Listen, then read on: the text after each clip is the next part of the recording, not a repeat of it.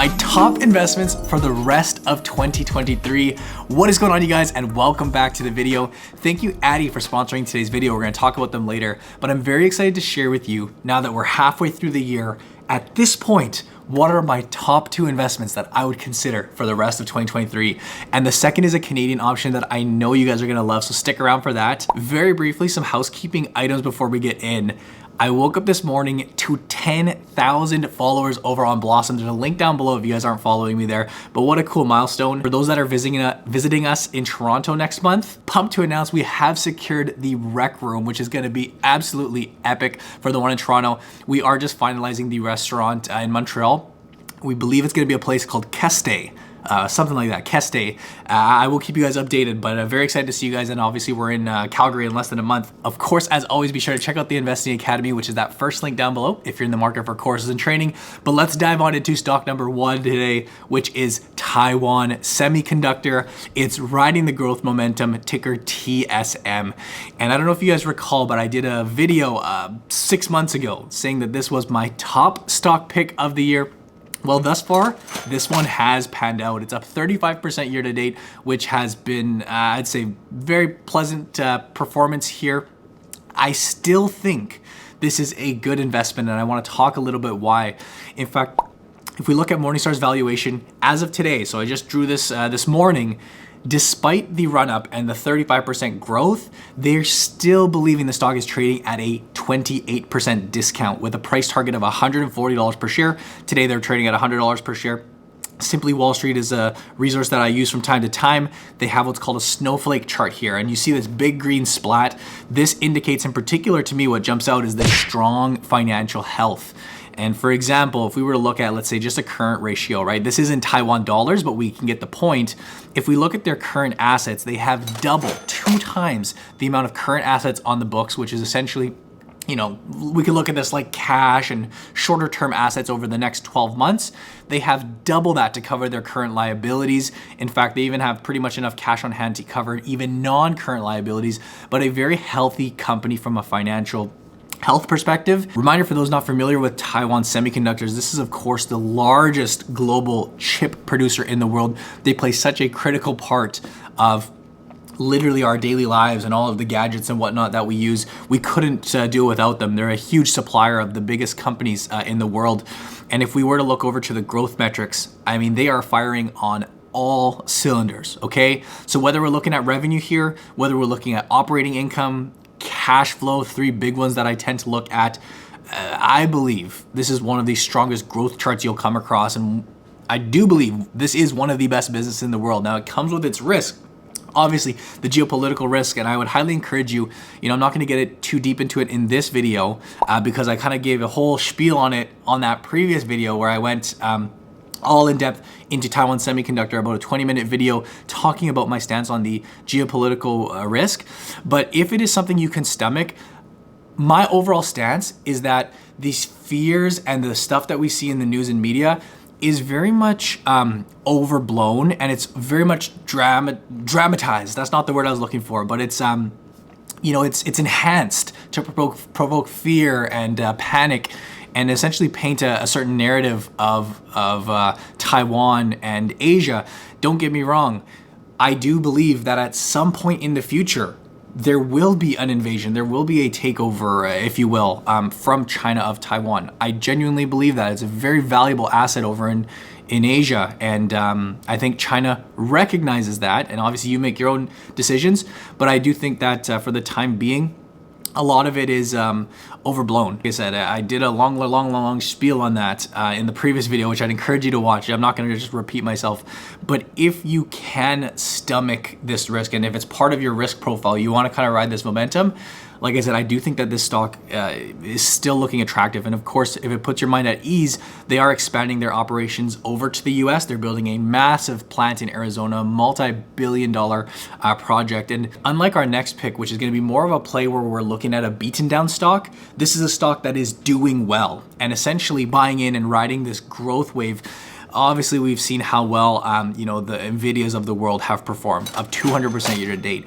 AMD, up 70% year to date.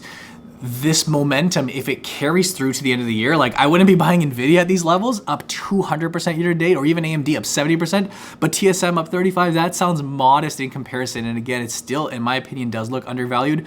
I think if this AI chip wave continues to persist, which for how long do we know? Do we have for this growth to go before the quote unquote bubble pops, which I think it will? I think that Taiwan Semiconductor is still a fair play in this field, and you do get to ride that momentum over the short to medium term. If you look at metrics on more of a valuation wise, whether it's the PE ratio, whether it's the price to cash flow, whether it's a price to book, right? I have them highlighted here, just a few key examples. They are still trading below their historical averages. So that's why I think it's kind of the best of both worlds, where you're playing this field, you're partaking in the momentum and growth, but trading at a P of 16 today, I think it is still a very fair consideration with a ton of opportunity. This, in my opinion, is one of the top tier businesses in the world, if you are able to consider that risk that it does carry, and obviously do your own research, do your own due diligence. This is just my opinion on the situation. I could be totally off and totally wrong, and maybe far too risky for a lot of people, which is why I caution you, as always, to do your own research. But I do believe that despite the nice bump year to date, there is still room to go. You guys can let me know down in the comment section below. Now, before we dive into stock number 2, up on the screen, what you're looking at is a recording on my phone. We are live in the Addy app, the sponsor of today's video. You guys know how much I love Addy. We've been working with them over the past couple of years. We even did a fun video where we went out to Mission, BC. We looked at a project they were working on, one of the properties under development. This is such a game changer for Canadians in the fintech space who want to get their hands on real estate.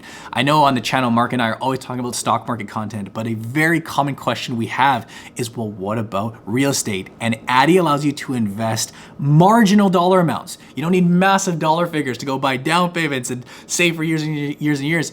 You can invest very small dollar figures and build a portfolio of real estate projects. We're gonna show you exactly how in this demonstration. So what I'm gonna do is toggle over to this prop drops tab, and this will be linked down below. Go check out the app, guys. But I've done my research on the Oliver United Apartments project. And as you see, as I'm filming this, they have 2 properties that are live and just dropped. These do sell out fast. You can see basically how much has been invested or how much has been sold, and these projects do sell out. So here's one from the Cornerstone, the Petrofina building, Arbora Chateau, and Tourlaise. Let's dive into the Oliver property apartment units. I'm gonna click here, invest. As we can see here, we have a ton of details about this particular project. $238,000 sold of the $600,000 available. You can obviously go through and read the documents. This project alone has already had 510 investors with an average investment of only $467. And that's what I love about Addy. You don't need large dollar figures. You can go in with $100, $200, $500, but here you have all types of details about the project, where it is, their plan, what types of returns they're estimating or expecting. Here's a really cool calculator where you can essentially calculate based on how many dollars you want to invest, what type of ownership you get in this project. But I've decided that I'm going to invest something as little as $30 into this property, which you absolutely can do. Obviously, I've already gone through this, but for the sake of this video, go through and read the offering document yourself. What this is showing us is essentially how many units that I'm purchasing at $1 per share for a total of $30 Canadian. I'm going to sign this. I'll probably skip over this just to keep things fast for you guys. And just like that, that's how simple it is. But if you click the link down below, you guys can join Addy today. Go check them out. Go show some love, show some support. You see in my portfolio here, I do see the investment, and this is such a cool compliment for, again, such smaller dollar figures. They're making things so accessible to Canadians and really breaking down so many barriers when it comes to real estate investing. We'll be hearing much more about them in upcoming videos because I love what they're doing over there. Great partners over on the channel. Fun, innovative app here in Canada. Love for you to check them out. Links down below. But thank you to Addy for sponsoring today's video. Now back to the video. Now diving into investment number 2, you guys are gonna love this one. It's actually not a stock, but it's an ETF. It's the ticker VDY. And believe it or not, it's playing the entire Canadian market through a high dividend ETF such as this. Now, obviously, you can pick your favorite ETF, but this is the one that I'm talking about today. This is a fund, FYI, that owns 56 of the large Canadian dividend stocks. You're gonna recognize and know all of these, but essentially you're playing the major banks, you're playing the energy stocks, you're playing telecom, and you're buying them all in one foul swoop. And this is a great example of why I get this question, which is a very fair and good question. People will often ask me, Brandon, why don't I just buy VFV? Like, why don't I just buy the US market? It historically has performed better, and that's absolutely true. I don't think there's anything wrong with that, but the way that I like to invest is I do like to have some flexibility in my portfolio to essentially identify which markets may be offering more opportunity and give me a little bit more flexibility. This is a prime example of that, because if we look at today, I do believe Canada is offering better value. Year to date, the S&P is up 15%. The NASDAQ up 30%, a great year-to-date performance. Meanwhile, the TSX has certainly lagged behind the others. It's only posted a 2% gain. Let's essentially call that flat. If you've been monitoring the Canadian market, you guys know some of the Canadian giants have been falling. And off highs, we see TD Bank down, 15, 20%. TELUS, Enbridge, Royal Bank, you name it. A lot of the behemoths are down. I think they're good standalone buys as is for the long term. But essentially, if we were to compare just like an apples to apples, the S&P 500 to VDY today, we do see that VDY, let's just call this a proxy for the Canadian dividend market, is offering a cheaper PE, significantly cheaper price to book. We do have to factor in that, yes, the earnings growth is significantly slower, so it's not a fair apples to apples comparison. But what I would remind you is that when you are going out and simply buying an index, right? Let's say you're buying the S&P 500, keep in mind you are buying that index and all of its composition as is.